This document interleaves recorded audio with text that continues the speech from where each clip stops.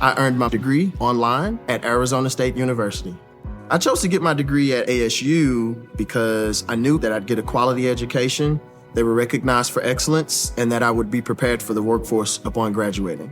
To be associated with ASU, both as a student and alum, it makes me extremely proud, and having experienced the program, I know now that I'm set up for success. Learn more at asuonline.asu.edu. So this is not a yes or no question so much as a yes or a yes and question. Okay. Would FDR have a podcast if he were alive today? Absolutely. Fireside Chats. I think Fireside Chats is a great name. Like, what would he call it if that was already taken in the podcast directory? Do you think Roosevelt special? I like that. Or like, here's Eleanor. Here's the question. Is Eleanor on it, or is it Frank and Fala? I fear that he would not. He would probably let her on for like the last 2 minutes. Like, you can throw in 2 minutes at the end, and at that point he's already out of the room. Like, I just feel like the mutual respect is not there. I feel like Fear itself tops the charts for a few weeks and then makes everyone feel bad. Yeah, I love that. Would he be the Meghan Markle of his day?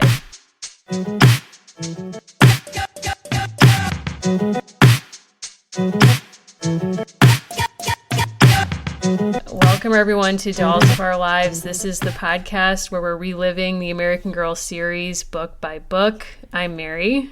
I am still Allison. I am not on an FDR podcast, sadly. Not yet. I mean, I would love to be on an FDR podcast, like, for real. Like, I'm so down with FDR and Eleanor talk, but I mean, and sorry to any Meghan Markle podcast stands, I don't want to wade into that debate. I just don't believe that podcast is, I think there's a lot going on with that podcast, and I'll just leave it there, but it's a lot.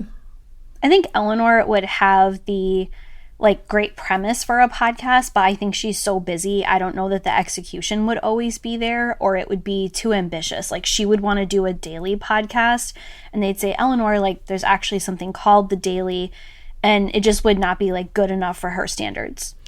I think that's real. I also think that she was coerced later in life into doing things like what's that game show from the 50s where it's like the judges are all blindfolded and they try to guess who it is? Oh, Not to Tell the Truth. No, I don't know if that's the title, but she was on it, and it was so, kind of cringe, but also just surreal that it's here's Eleanor Roosevelt on a game show. Is our guest famous for traveling? Is our guest famous for traveling? Yes. Is she also a newspaper columnist? Yes. Did she ever occupy the White House? Yes. Is it Mrs. Franklin Delano Roosevelt? Mrs. Franklin Delano Roosevelt. Wow. I mean, it's like she was too plebeian in that sense. If you're going to be that genteel, you have to maintain it your whole life. Like, Jackie Kennedy never appeared on Who Wants to Be a Millionaire. You know what I'm saying? So it's could FDR be on a podcast? Probably. Could Eleanor? I don't know.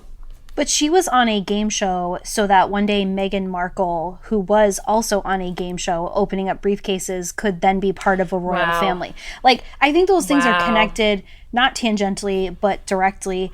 I think Eleanor would possibly be a listener of our podcast. I think people wouldn't know about it, but I think it would be quietly in her rotation. Yes. I think she would be scared of things like normal gossip. I do think there are certain boundaries she would always keep up, and she would have a private playlist of dog podcasts. There would be some other interest that nobody knew about.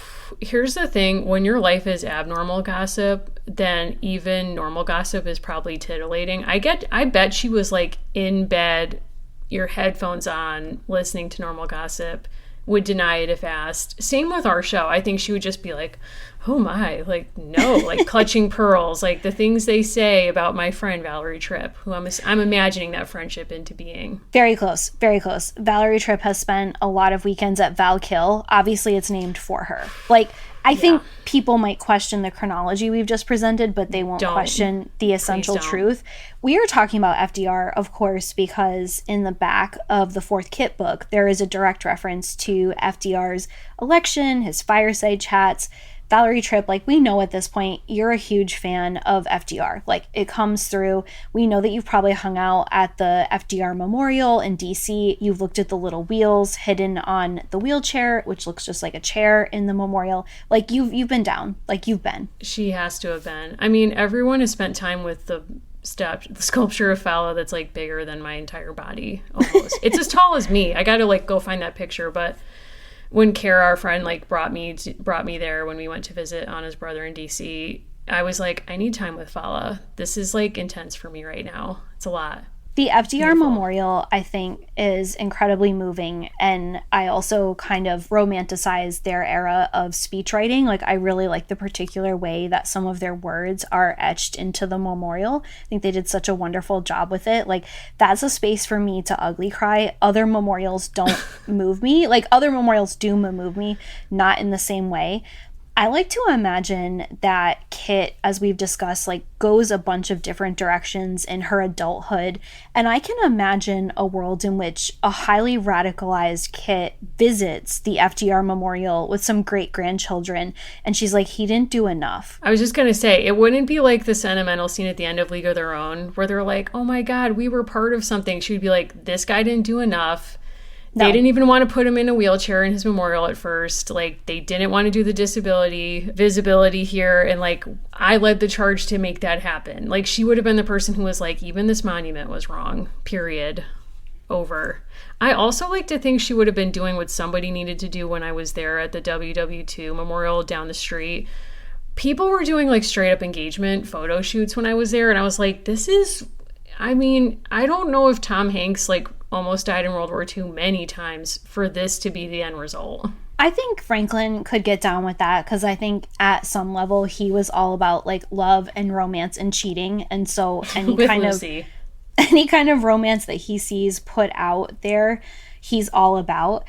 I was thinking a lot in reading Happy Birthday, Kit about, you know, the way that radio culture is so baked into the Molly books approximately a decade later, in the way that we're, like, really just starting to get into that world in Kit's, you know, kind of universe. Like, we're not quite there yet, but how even in 10 years, the space between them, we go from, like, a radio show maybe being really special, or the novelty of War of the Worlds, to, you know, the fact that Molly gets a personalized radio message from her father. Spoiler if you haven't read her Christmas story. Spoiler alert.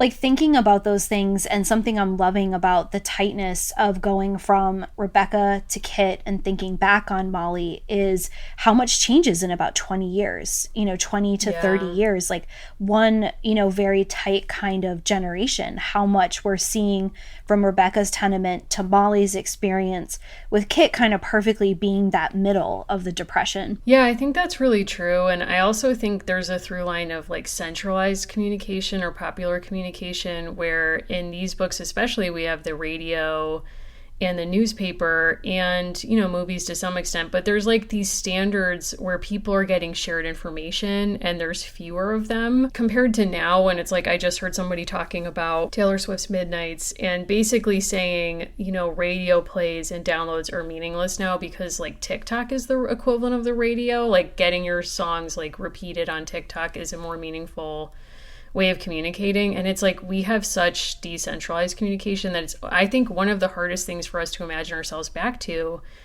is, like, a world in which everyone would be home listening to the fireside chats. Like, that would be within the wheelhouse of a family. Like, everyone's listening to, like, the same one or two radio shows. One of the things I find most interesting that comes out in the back of this book to that point is there are so many kind of subtopics that are woven through the Kit books that we can talk about, such as, you know, there's mentioning of people being driven to really desperate states because of losing their jobs. There's the element of desertion that happens with a father figure in the book. There's all these different elements, right? Like hunger, not having clothing, not having what you need, right? All of these sacrifices. And then one of the kind of, you know, summary points in the back of this book is like, but everyone was closer, right? And I think something that's significant is, like, we don't conflate centralized communication or centralized information with everyone actually being on the same page, right? Like, we were all in the same storm with COVID, but we were not all in the same boat. And I think something that happens a little bit in some of the supplemental material, like Kit's World, or like there's all of this really critical, hard information to process that's so beautifully done in this book. And then one of the final points that they land on in the Peek into the Past is, well, by necessity, everyone was drawn closer. And it's like, I think if you look at the characters in this book, we see that that's not happening. People are actually further apart than they ever had been, either because people are leaving the family or there's resentments that are brewing. So I think that will be something interesting for us to talk about and track in kind of the second half of the books. Like, we've hit the point where Kit's family has had to fully reckon with, like, they are not where they were a year ago. And now there's a sense of, this isn't a 2-month, a 6-month thing. Like, this is their life now, and what's that going to look like? Yeah, for sure. I think that will be a really interesting thing to track, especially with everything that's going on in our own communication world. Like, the Twitter of it all, which you sort of alluded to off air. It's like, where are we at in this world right now? I don't think Kit goes to Mastodon. That's my opinion. I don't think so either. I think she's one of the people who's like, I'm a journalist and we are the path to truth, so I have to make my stand in this like garbage fire that is Twitter under Elon Musk. Like, Kit does not pay for the $8 blue check because Kit is actually open to parody accounts, I think, in a real way, like consuming her own identity. I think Kit would actually embrace that and find it funny if she were around today. I think Felicity would immediately throw down her credit card and be like, it's blue check mark or nothing. And like low-key, like, she knows Elon. I mean, it's the only stamp back I guess she's not protesting, you're saying? Yeah, I think she's actually okay with it. I think she's sort of intrigued by it. I think Addie left Twitter years ago. Addie was never on Twitter. She was like, no thanks, self-care, not doing this. And that was wise, honestly. Molly, terrified to ask.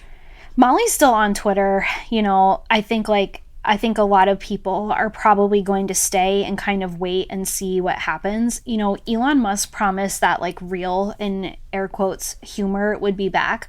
I'm waiting to see how he's going to lead that charge specifically. So that will be really interesting. So far, it seems like parodies not acceptable. Weird Al in his Roku produced movie has done more for the parody this year and in the past few decades than I suspect certain like mining airs ever will, but I've been wrong before. So did you watch that? Did you watch the Weird Al movie? I did. It's very funny. Is it good? Funny. Okay. It is, and it is a very self-aware parody of what a biopic of him might have been, and I think that's what makes it land and be really funny. And Rachel Evan Wood stars as Madonna in a very hilarious and like nefarious turn. And I appreciate that, like, there are clearly gems of truth about his life that are coming through, but it's overall very funny, very satirical. Thought it was great, like 10 out of 10. I will definitely watch that. I just watched last night Enola Holmes 2, which is on Netflix, and I actually thought it was very fun with Stranger Things person Millie Bobby Brown. Yes. And who I forgot it was her when I was watching it, and it was very good. I was very entertained by it. I also watched that other mystery with Saoirse Ronan about Agatha Christie's. It's set around a production of Agatha Christie's Mousetrap, which is cool. It was like not the best mystery I've ever seen, but I love mysteries so much that I was like, this is great. And I love her. I'll see her in anything she's doing. I have to stand. So that was more of the highbrow. I don't even want to call that highbrow stuff that I've taken in. But have you seen anything else worth reporting on? It's hard to beat the Weird Al biopic. I mean, yeah. I'm exploring like the greatest mystery of all, which is, like reality TV arranged marriage through Married at First Sight, through Love is Blind. Netflix is really like keeping me in heavy suspense by not just releasing all of Love is Blind at once. I'm loving it. There are heroes on TikTok who pulled the marriage licenses to see who actually got married. So I know the outcomes. Like that's the kind of world, like we're recording on Notary Day, which I think is notable, if I may. Wow. And, I'm proud of these people. Like, I'm happy that people are doing the work. I think, like, that probably seems like a bridge away from Kit Kittredge. I am loving these books because she makes me feel empowered to, like, report on things no one has asked about, make almanacs that no one has asked for. I'm not making seed sack clothes, but maybe I will after finish these books. That's entirely fair. Now that I've looked up some other examples of it, which I'm sure we'll get into, I'm intrigued by it. I don't know if the dress is my desired form, but, you know, I love the thriftiness of it. It's sort of like the sustainability movement, like originators. And yeah, I'm loving these books. I really loved this book. And I'll just say something I just finished reading that I highly recommend is Kate Beaton's new book, Ducks. I want to get the title correct. It's called Ducks, 2 Years in the Oil Sands. So it's a graphic memoir. If anyone read Hark, a Vagrant, her website, which she had for years and years, which I really loved, this is about the 2 years she spent after college working in the oil sands in Alberta to repay her student loans. So it's like bleak premise, but she has such empathy for everyone in the book, like even people who treat her badly. And I just like, it's a really good exploration of like how people get caught up in systems and all this kinds of stuff. In a way, I think it's like Kit's book, where it's like, how do you tell a story about a person during a really difficult time and still have like moments of joy and empathy? And I don't know. I think it's really good. So if you like that kind of thing, I just finished it and I really, really loved it. Very cool. Very cool. Should we talk about Happy Birthday, Kit? Is it time? Yes, let's do it. Let's get into it. Okay, folks, it's a truth universally acknowledged that we all want to be good gift givers, and that is where Uncommon Goods is coming in to help you with your holiday shopping or any other kind of shopping you need to do for people that you really care about. When you shop with Uncommon Goods, you're supporting artists and small independent businesses. They make fine products that are in small batches, and so you want to shop early and often. Uncommon Goods looks for products that are high quality, unique, handmade, or made in the United States as much as possible. From art to jewelry to kitchen, home, and bar, Uncommon Goods has something for everyone. I'll tell you what, I have bought myself lots of earrings over the years from Uncommon Goods.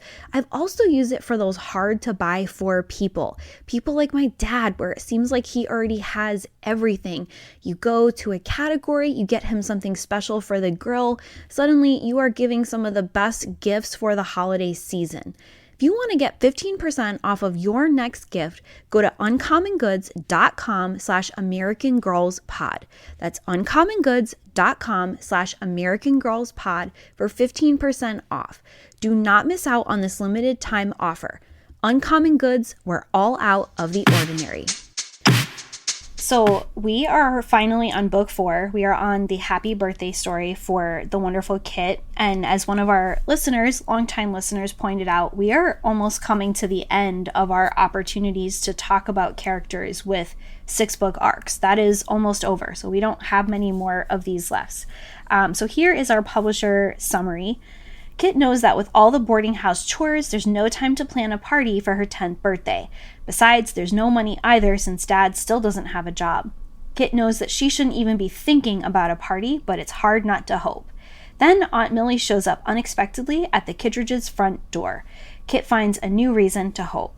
Aunt Millie is full of good ideas, and Kit loves having her there until one of Aunt Millie's ideas doesn't sound so good to Kit. Dun, dun, dun. I want to say 2 things off the dome. Let's hear it. Aunt Millie is actually Nellie, living under an assumed identity. I love that. And I know that because Nellie was involved in the early days of the creation of the FBI. Stuff went really bad and really weird with J. Edgar. She was out in the oil fields and she was part of stuff that she couldn't unsee, which is why Millie's backstory makes literally no sense. She's from Kentucky, but she knows the Kittredges. She's not actually anybody's aunt. She's countrified, air quotes, that's the language they use, but seems to be the savviest of them all.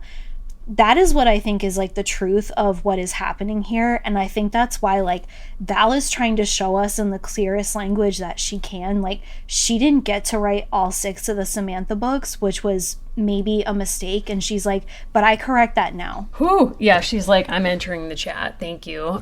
She's doing a lot of work. I have to say, this is, I think, one of my favorite all-time American Girl books. I loved this book, even though I thought John Green was to blame for the Manic Pixie Dream Girl, but I have to say, I do think we can make a case that Val actually originated the Manic Pixie Dream Aunt trope, if we want to call it that, or like, is it Nellie? who knows who this person is. She can conceivably do everything. She has quirks. She uses, quote, Shakespeare in everyday conversation. She knows how to do seemingly everything. She has like MacGyver-like skills. I don't know where she came from. I don't know where she's going, but I'm glad that she's here. We learn in this book that, well, through other sources as well, that Kit Kittredge was born May 19th, 1923. And we learn that she's named after her mother and after this aunt. And so, like, that is where her two, like, actual proper first names come from.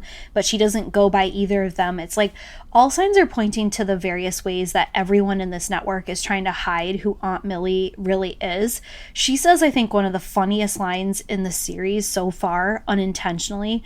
Aunt Millie, we learn, saves the family. The family is going to lose their house at Christmas, and off-screen, doesn't happen directly in the plot of book 3. Aunt Millie saves them by providing the money they need to pay their mortgage.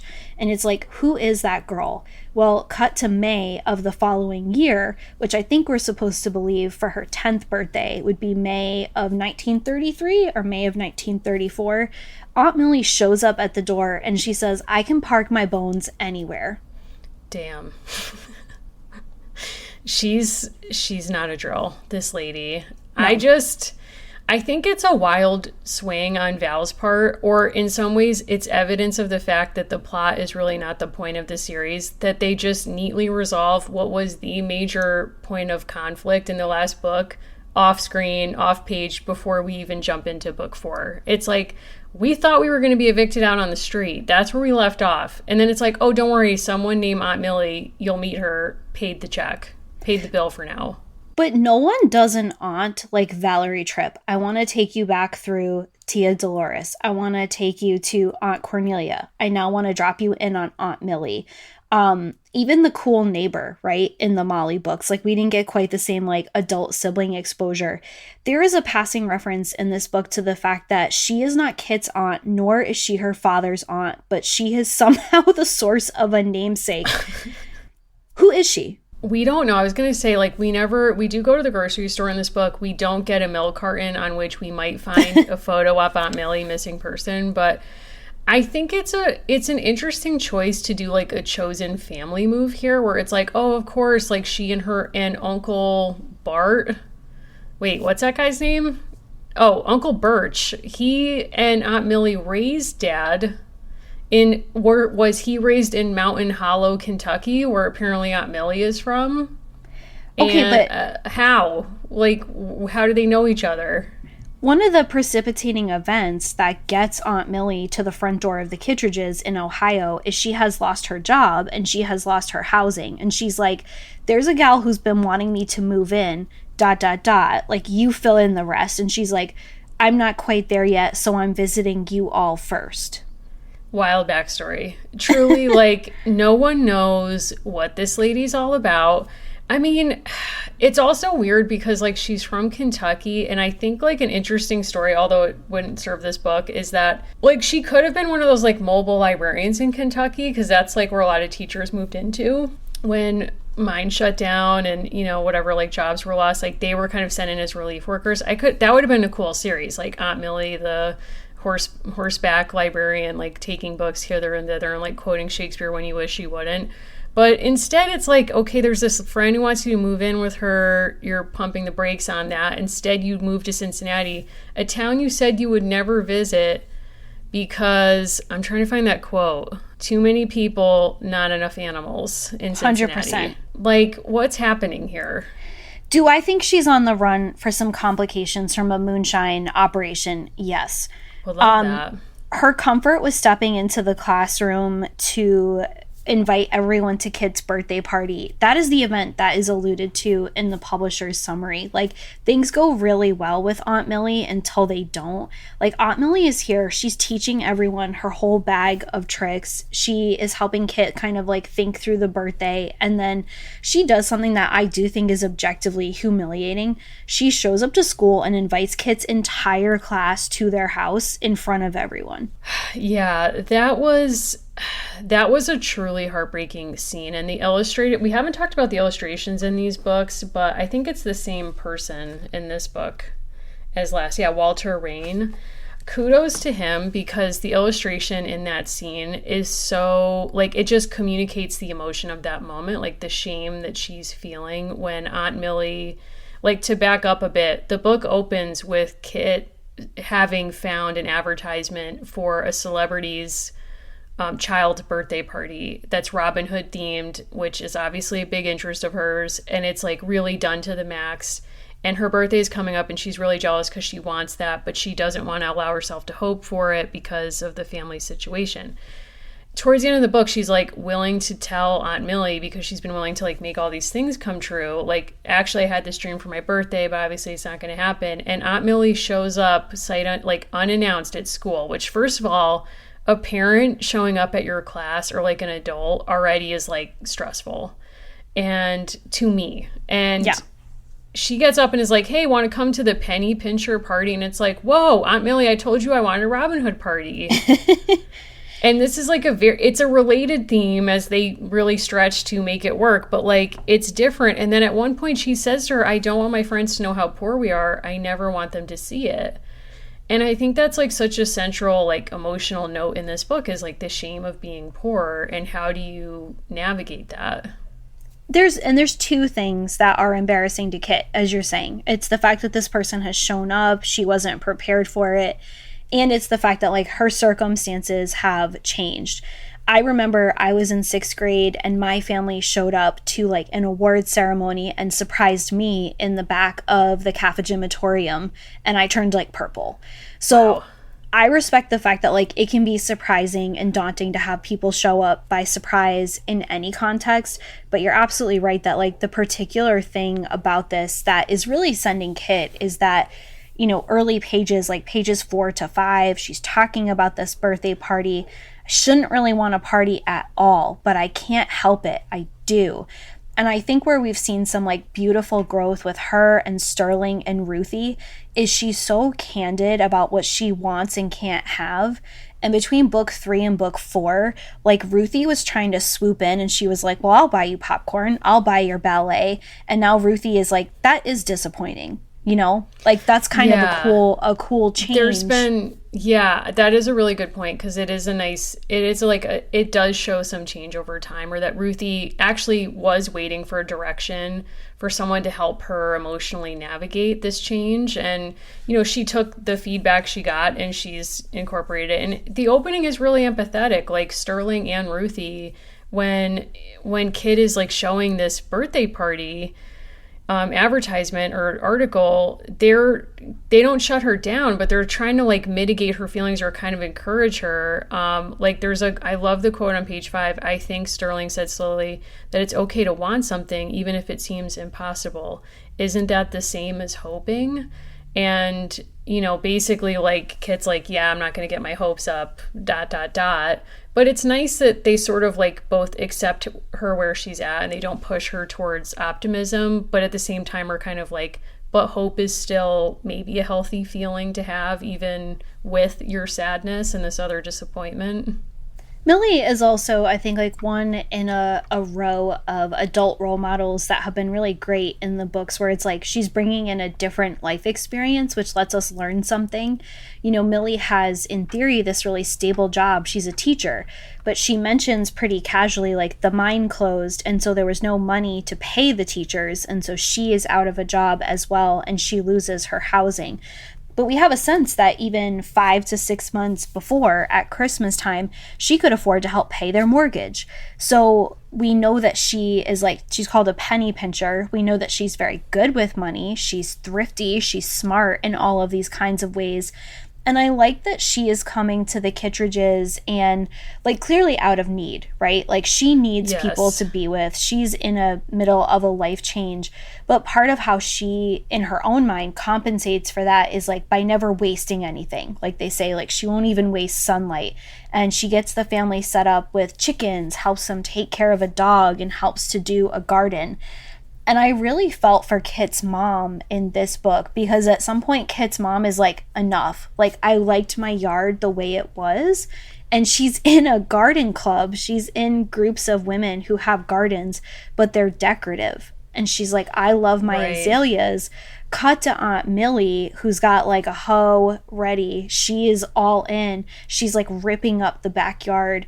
There's so many moments where as an adult reader, you can understand that's both so helpful because they're going to have vegetables and things they didn't have before in a shaded spot, and very annoying. Yeah, I think there's a lot going on with that, where I think it kind of speaks to the themes of this book, which are kind of like, what does healthy communication look like?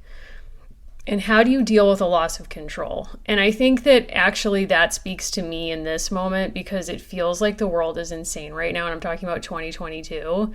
So it's like, how do we react to moments where like macro, micro, you feel like you don't have control over your life? And in some sense, like Aunt Millie is one path. It's like someone who's trying to control something else so that she can have something to fixate on and potentially be able to tell herself, well, it's okay that I'm taking advantage of their space or kindness because I'm also teaching them, or like giving them chickens and teaching them how to sell eggs door to door and all this other stuff, dandelion salad that she teaches Kit to collect and make. You know, like she teaches so much, like she brings so much, but I think what's missing in that moment is sort of communication. Like she offers all these things, but she never says to the mom or dad, would it be helpful if I order chickens to be delivered to the house so that you can sell eggs? Or dig up your backyard and make a vegetable garden? Because, and I think that's a really interesting scene, because clearly in that moment, Kit is noting her mom's lips are like taut, and she's basically like, oh, my mom doesn't like this, or she's uncomfortable, and she's reading her mother's shame, and in some ways like allowing that to be her teacher, and it sort of keeps building up the shame that she's feeling, which then gets sort of like worked out over the course of the book. And she even says to Aunt Millie at one point, like, don't you feel sad like when they're in the grocery store and she buys like discounted or like day old bread and all of this stuff? She's like, everyone in this store must know my family's too poor to pay full price. And Aunt Millie is like, being poor is nothing to be ashamed of. Especially with so many folks in the same boat. But that's not the point. It's like, even if everyone's poor, that doesn't dissipate your own shame over your own situation. This show is supported by HelloFresh, America's #1 meal kit. The holidays are just around the corner, and HelloFresh is something that can make a busy time of year easier than ever. You can save money on dinner with HelloFresh and keep that extra towards something that you really want. Maybe something that you've always wanted from a catalog from your childhood. When your calendar starts to get filled up this holiday season, you can rely on HelloFresh. They have over 35 weekly recipes, and there is something to please everyone. And yes, that includes me. I am not a whiz in the kitchen at all. HelloFresh breaks everything down so easy, and you can get ingredients that travel from a farm to your house in less than 7 days. Kirsten Larson wishes. Whether you are hosting a holiday party or just stocking up on snacks, HelloFresh is really something you want to consider this season. So whatever you have in store for the next few months, do not just take my word for it. Go to HelloFresh.com/AmericanGirls65. Use our code AmericanGirls65. That is going to give you 65% off plus free shipping. Again, HelloFresh.com/AmericanGirls65. Use promo code AmericanGirls65. There are also moments where, Millie is quirky, shall we say, and she's like, let's talk about underwear. Let's talk about seed sacks. The bloomers. Let's talk about bloomers. We also learn Aunt Millie was a big fan of President Roosevelt and his wife Eleanor, and had asked Dad to move Mother's sewing machine into the living room so that she could sew while she listened. Like, Millie basically says, like, you can put my bones anywhere. I'll sleep in a corner, but she's also like, but what if I gave you a whole new conceptual outlook for your home? I mean, she's sort of like in some ways the best house guest, because she's helping them in so many different, like, she's not just giving them fish, she's teaching them to fish, so to speak. But she's also that person who comes in your house and is like, but what if the radio went over here? What if I rearrange your house? What if, I may dig up half of your backyard? It's like, when are you going home? Like, I'm sorry, what? There's also classic optimist Ruthie who says, maybe you should show her, meaning Aunt Millie, Mildred, a picture of the Robin Hood party. Maybe she could figure out a way to do that. And one of the lines that I really loved in this book is Kit saying, like, but she doesn't have a magic wand. She just uses hard work. Page 24. I love that line because I love the way that she is kind of like people are seeing different things in her. Like to Ruthie, who is, you know, highly optimistic, loves the fantasy world, Millie is magic. To Kit, the fact that she is just like actually practical, probably an earth sign. She just loves like what she brings because she's solving all these problems. Millie was brisk and precise, but patient. Millie also, though, like, is not a wallflower. No. And yeah, I think that's hard is like, again, it goes back to communication. If she had just said to them, like, would you be cool if I did this or that? They would have said like yes or no. But instead, she just boldly goes through stuff. Her scene with the butcher is iconic. Her scene with the butcher is great. I loved her experience with the rag man, with being in the grocery store. Part of what we're also getting out of this is like being thrifty is a lifestyle for Aunt Millie. It's not a recent thing. And I think it begs a lot of questions about the men in this book and kind of how Dad actually grew up and if Dad is choosing to forget certain things or... It's so striking to me looking back on this book, the fact that women are solving all of the problems. And I'm not saying that to be funny, but like men come in and out of these stories as like not problem solvers. Like the uncle does not help to solve any problems in an intentional way. Dad and Ruthie's dad are having conversations about money, but it's a not even wealthy female relative who bails them out. Like all of these thrifty things that they are doing are domestic economy things. Dad seems kind of like an accessory in this family now. And by God, like what is Charlie doing? Because no one is seeing that money. I mean, I was just going to say Charlie is in the wind all the time. He pops up approximately once per book for a meaningless plot device. Like basically the men are plot devices. They move the plot forward. They're there to build a chicken coop. That's basically Dad's work. Yeah. In this book, that's all he does. But it's an interesting kind of like, it's an interesting trope where it's like, what is the cultural imagination of Valerie Tripp for men in American history? What is their role? And if they don't, honestly, it's like, if you don't have a job, if you're not like the classic like masculinity trope of like men are the providers, you're erased. Like, where is Dad? When he doesn't have a job, he's not here. But Dad is reactive, right? Like the women are proactive. They are solving problems. They are figuring things out. Dad is reactive. Like Dad did not actually have much of a plan for the closure of the car dealership. Even go back to the father in the Felicity books and you think about the fact Felicity is full on getting involved in conspiracies against the Empire. And Dad is like, I ordered the flour.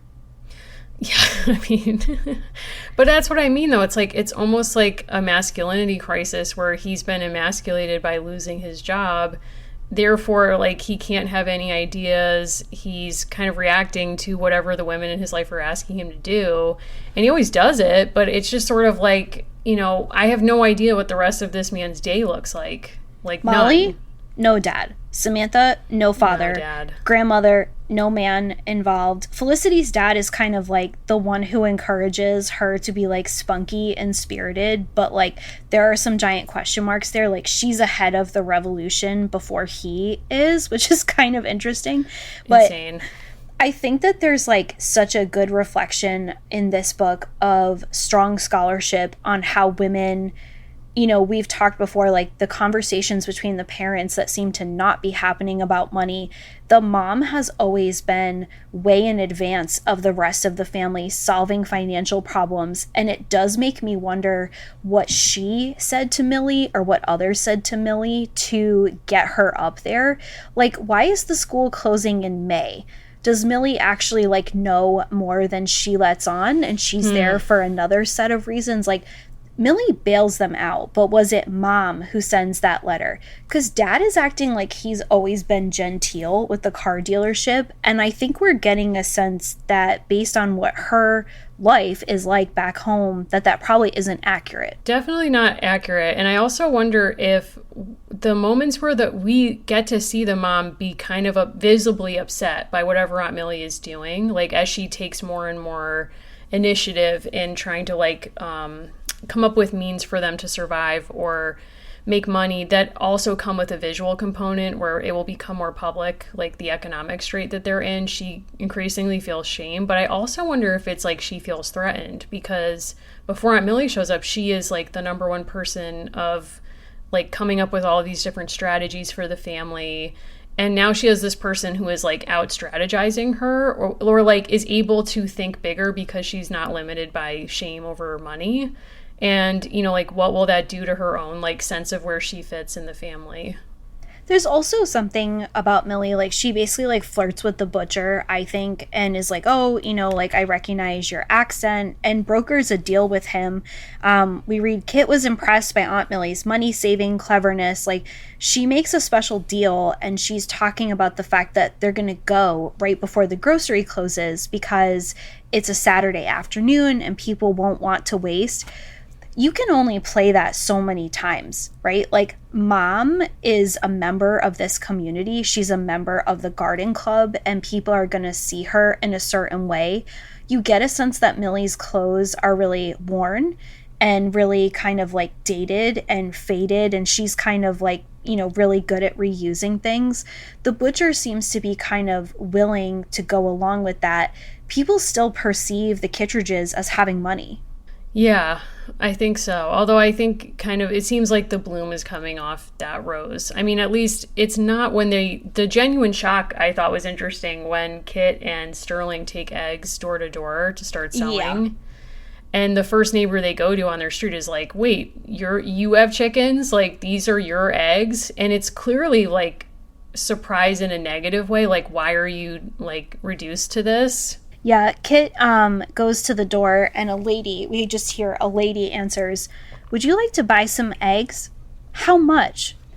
Why, aren't you the little Kittredge girl, Margaret Kittredge's daughter? What are you doing selling eggs? Wherever did you get them?" And Kit is pretty much immediately humiliated. Your chickens? It's come to that? Raising chickens in your yard?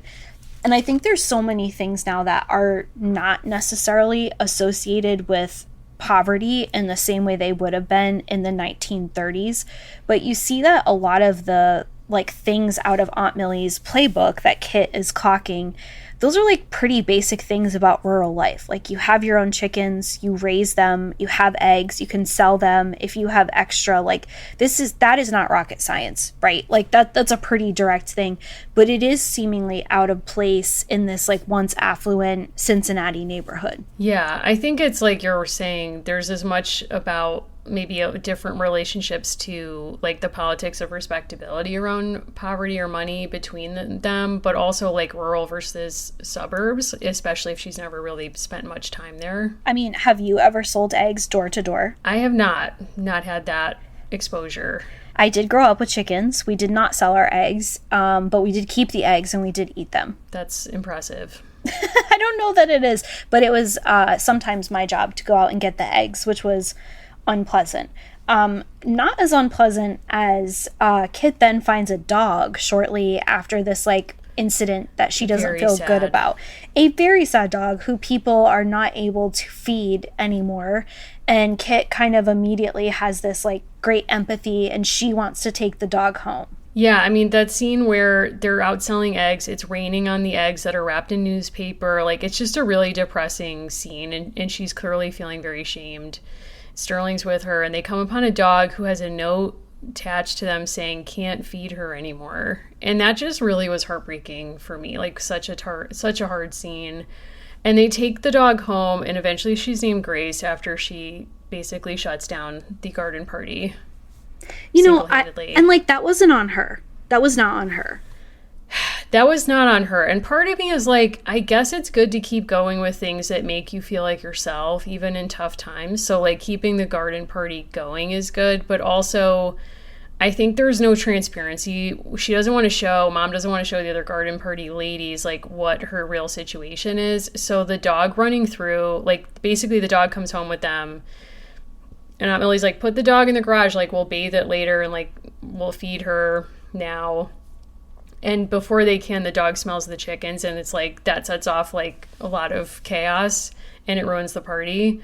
But it's also like, I don't know. I mean, Is that a good coping mechanism if these ladies are just going to shame you? No, but I think it's like one of the few things that she has from her old life. Like, remember, we're still just coming on a year in the life of the Kittredges. And I think it's probably one of the only times where everyone else in the family has to leave her alone.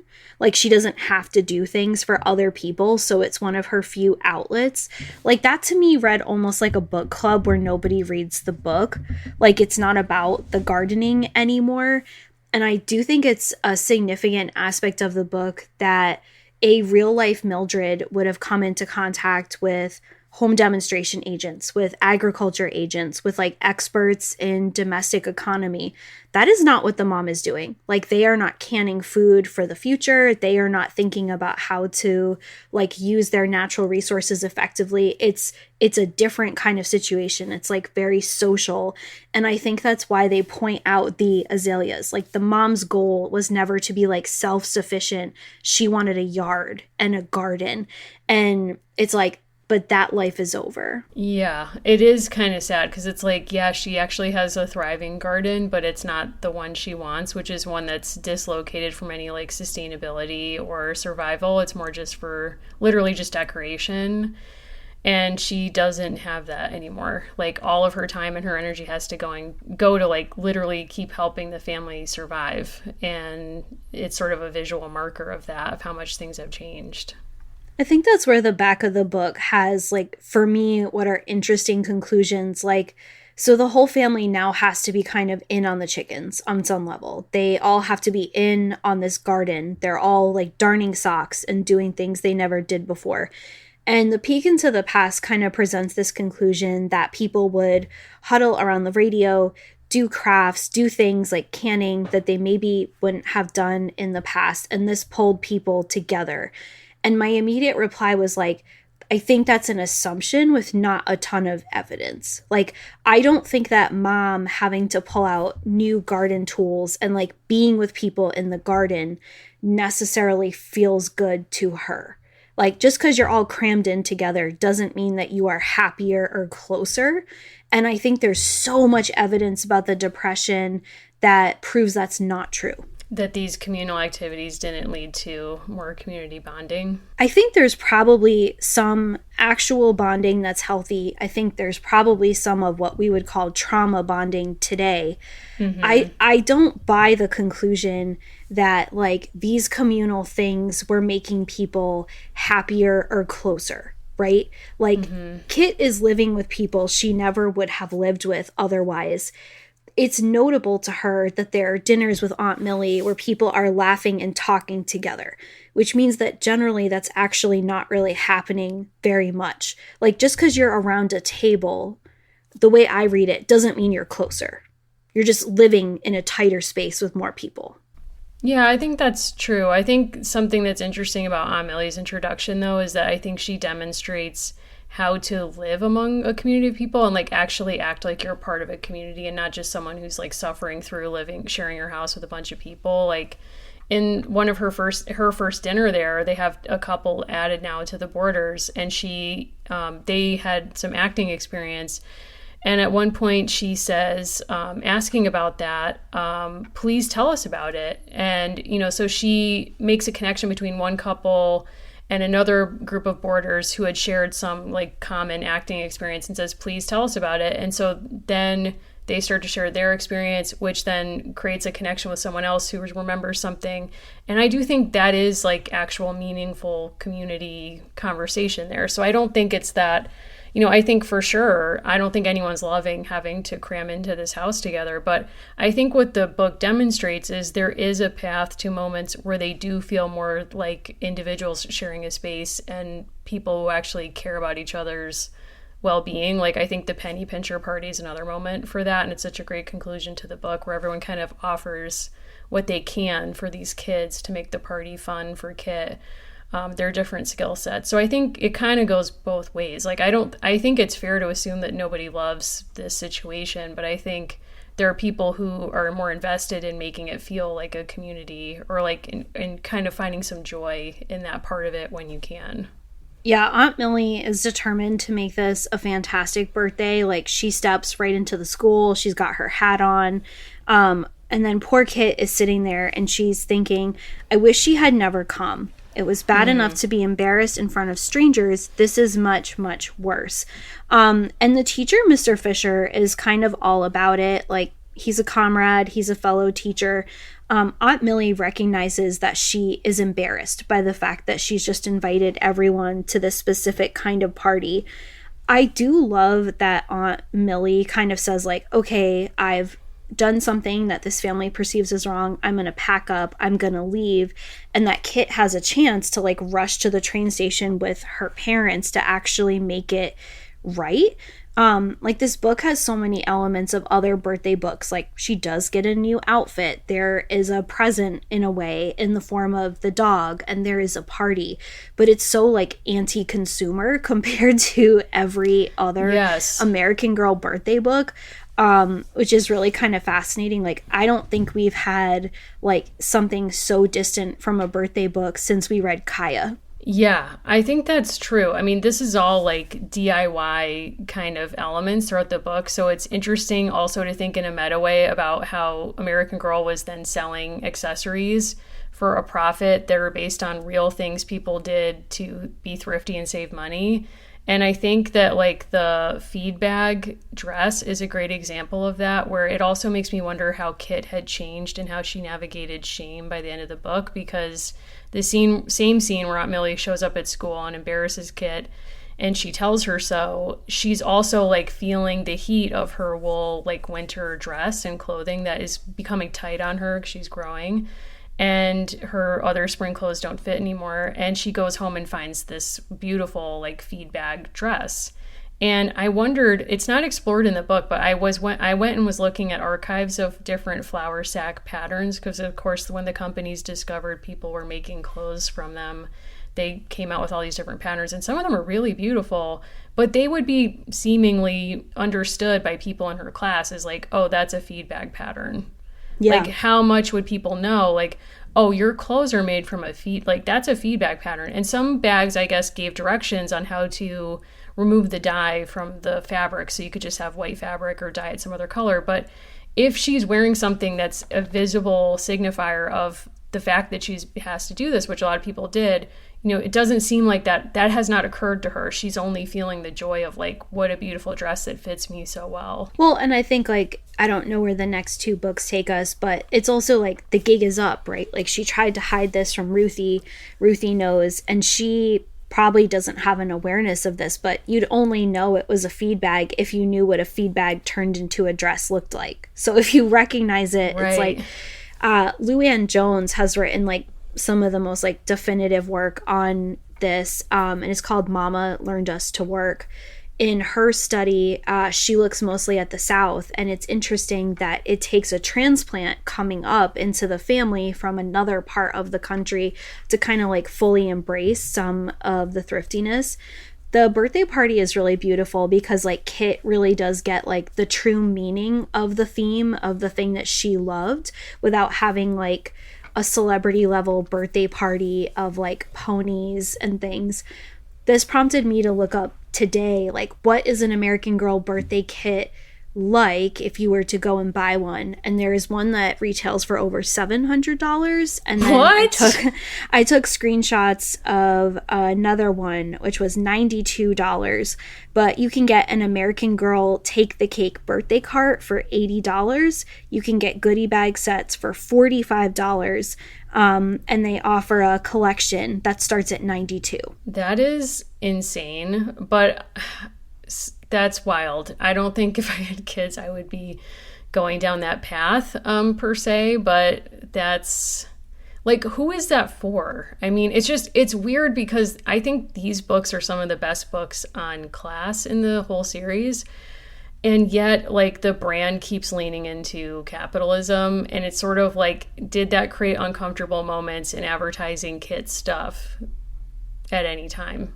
I think it's something that fans have pointed out all along the way, and I think, like, to their credit, and I could be misreading it, I think they were smart enough not to be like hobo chic and like romanticizing what happens in book 5. I think that was like, you know, a good play.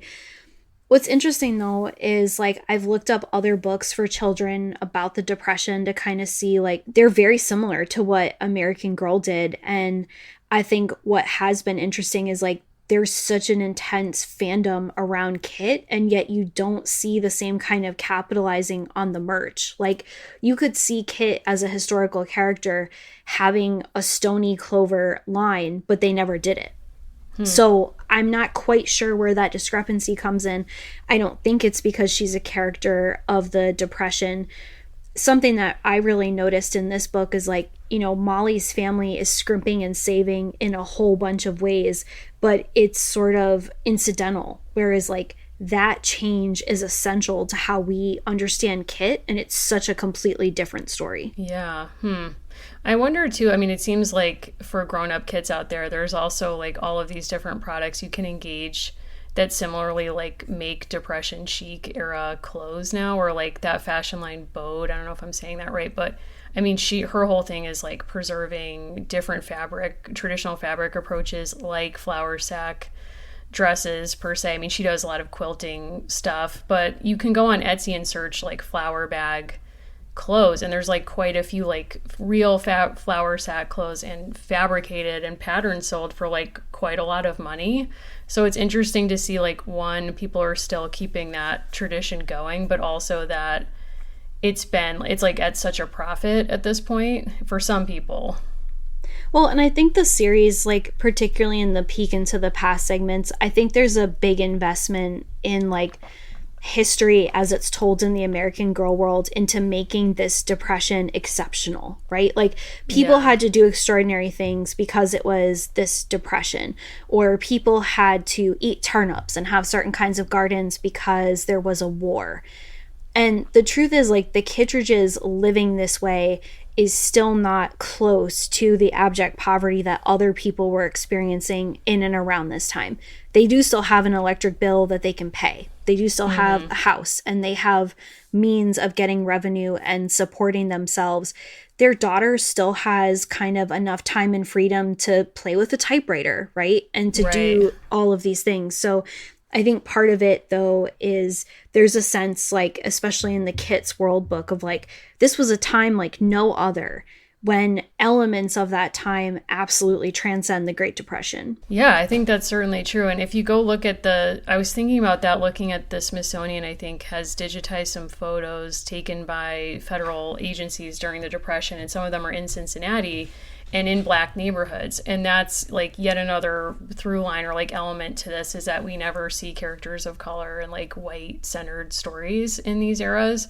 But I mean, looking at their homes and imagining what Kit's home is like, despite whatever economic situation they're in, it's like there's huge differences in access to utilities, indoor bathrooms, like all, like what areas of the city is keeping up and what areas they're not. Like all of these different questions of like the politics of urban development, everything else, like that obviously is not on Val's mind, I guess, but it's worth kind of noting that it's more complicated than they're making it sound and peek into the past. This is sort of trivial compared to what we were just talking about, but speaking of differences between reality and fact, like I thought it was interesting that there's a real difference between like the celebrity child birthday party and like what an average person, air quotes, could have. And I think like I was looking around the newspapers because I wanted to see like some celebrity child birthday coverage, and mainly what I focused on that was interesting was Shirley Temple's birthday.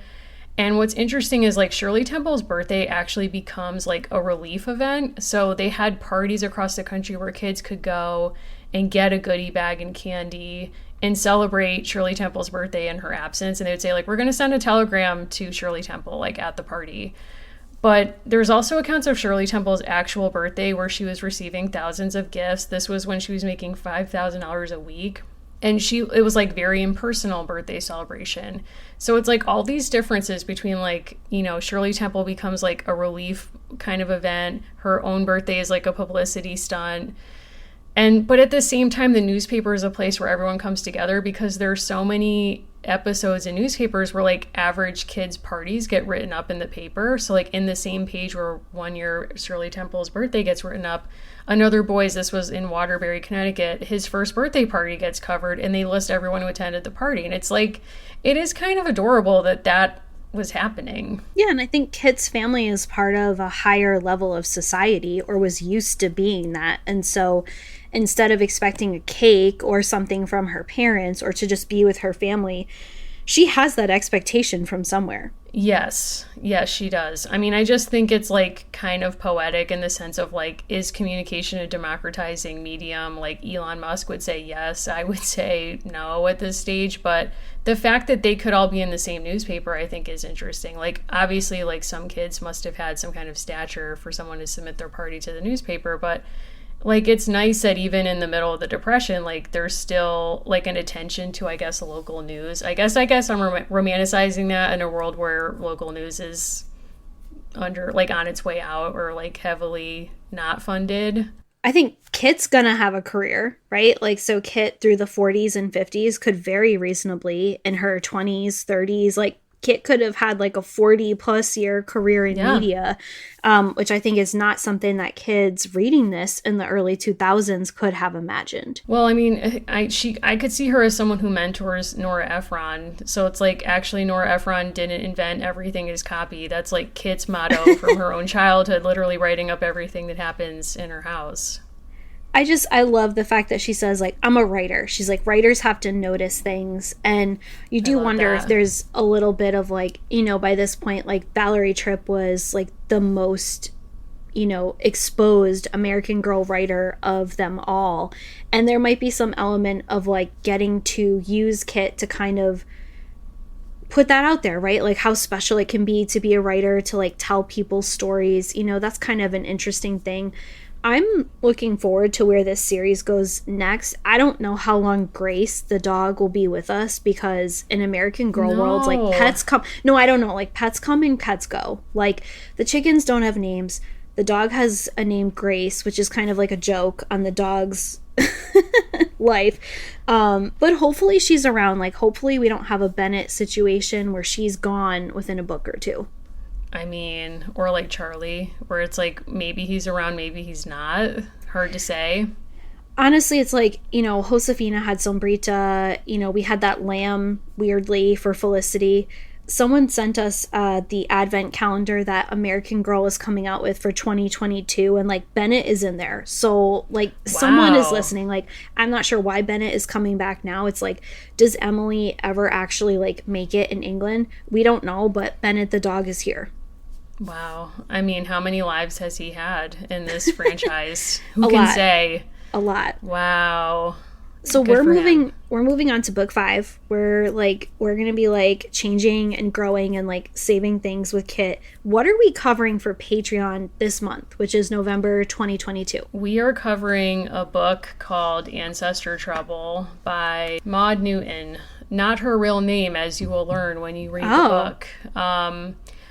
It's her ancestor's name, but it's a really fascinating memoir about kind of understanding your own history through your family's history in the process of researching it. So if you've ever been interested in your own family history or genealogy, this is going to be a really fun and interesting episode about kind of like, what does your genealogy even mean, and what does it mean for you personally? So we will be reading that, and we are also going to be watching a true classic coming up very soon. Well, this will air just after, but we're going to watch Don't Tell Mom the Babysitter's Dead, a real classic, and then Allison, what's coming up after that? We are reading a Magic Attic Club book for December called Allison Goes for the Gold. That is Allison spelled with 1 L. So we're doing kind of a figure skating theme for that month. And then Our suggestions and DMs are wide open for 2023. We look forward to hearing from you about what kind of watch-alongs, PowerPoint parties, and then main episodes you would want to do with us. So we are open to those suggestions. Look forward to hearing what you would want to see. You can also always just give us direct feedback in the Patreon Discord, where people tell us what kind of episodes they've liked the most, whether it be celebrity memoir. People always want more Dear America. So you just tell us exactly what you want and we will try to do it. Exactly. We will be having our first of what I hope are many PowerPoint parties, I think on November 21st or 20th, the Sunday. At 7:30 p.m., we will be gathering for a Taylor Swift themed PowerPoint party. I am starting to prep my slides. I'm excited. But we have some awesome presentations by other people in the Discord, and truly the topics were taking me out when I was reading people's suggestions. It's going to be so much fun. So if you love a PowerPoint party, please join us. You can suggest other topics for watch-alongs, as Allison said, PowerPoint parties, or books we can read or things we can cover. So it's a really fun community. I love being on the Discord and talking to people, so please join us there. And Allison, if people want to contact us, how might they get in touch? You can reach out to me at Allison Horrocks on Twitter, as long as that still exists, and on Instagram. And you can follow the show at Dolls Lives Pod on Twitter, and we are on Instagram as Dolls of Our Lives podcast. We also have a link tree where you can find links to access things like our connection to Libro FM. Those are posted in our bios both places. Mary, where should people find you? I think for now the safest place is on Instagram at Mary Mahoney. That's the thing I'm on the most, and I have a bunch of DMs to respond to. Apologies. I'm going to get to it. So if you write to me, I always write back. Sometimes it takes me a minute. But I'm on Twitter, but increasingly less so because I just don't need that energy in my life. So I would just go for Instagram at this time. And with that being said, we're so excited to see where Kit goes next and to hear from you. And we'll see you on our next episode.